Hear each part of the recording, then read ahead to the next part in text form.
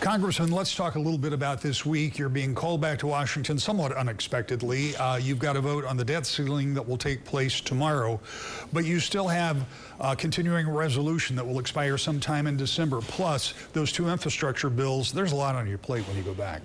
Yeah, so obviously tomorrow the Senate passed a bill to extend the debt limit through December 3rd. Now, that was the same date that last week we extended the federal, or 2 weeks ago we extended the federal continuing resolution for the federal budget. So both, government default and government shutdown have been averted for the time being, or will, pending what's probably going to be a party line vote tomorrow in the House. And then we also have the bipartisan infrastructure bill, which has passed the Senate with 69 votes and is being held hostage by progressives right now. We thought it would pass at the end of September. That was the promise that Speaker Pelosi gave to a group of moderates who were pushing for it.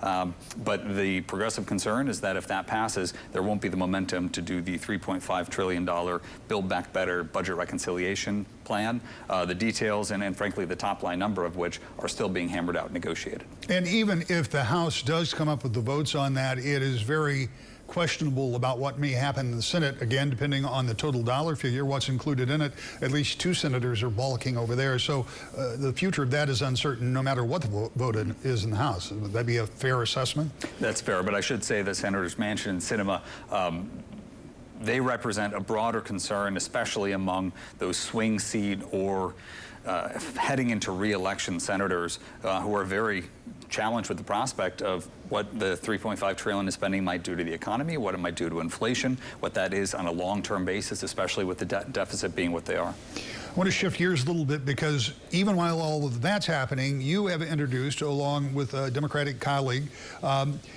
and it's broader than just the War Powers Act. There's more to it than that, but it is a pretty significant overhaul of an important part of the responsibility of oversight for the United States House of Representatives and Senate that you've talked about before, but now you've actually put that conversation into action with legislation. Yeah, so it's the National Security Reforms and Accountability Act. It's bicameral and bipartisan. In the Senate, Mike Lee of Utah and Bernie Sanders of Vermont are the leads, Republican and Democrat respectively. I'm the Republican lead on this bill. It is the most comprehensive overhaul in 3 main areas. You mentioned war powers, also arms export controls, and national emergency declarations. All 3 of these are late 60s, early 70s pieces of legislation that frankly failed to check a lot of executive authority in that area.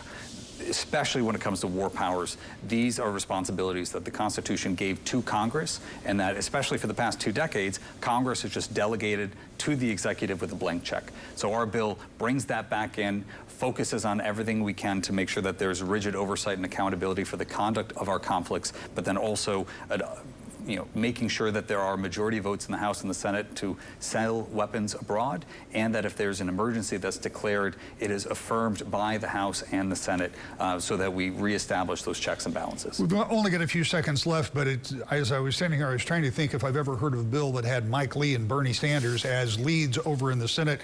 That's not just broad bipartisan support, but that goes across the spectrum of ideology. How confident in the last 20 seconds that we've got here that bill might actually get to the president? It'll be a long process for sure. There's a lot of areas to hammer out with the many different committees, but we're pretty confident that we have laid the groundwork for this to be successful and frankly transformative in that balance of power. Congressman, as always, we appreciate your time. Thank you, Rick.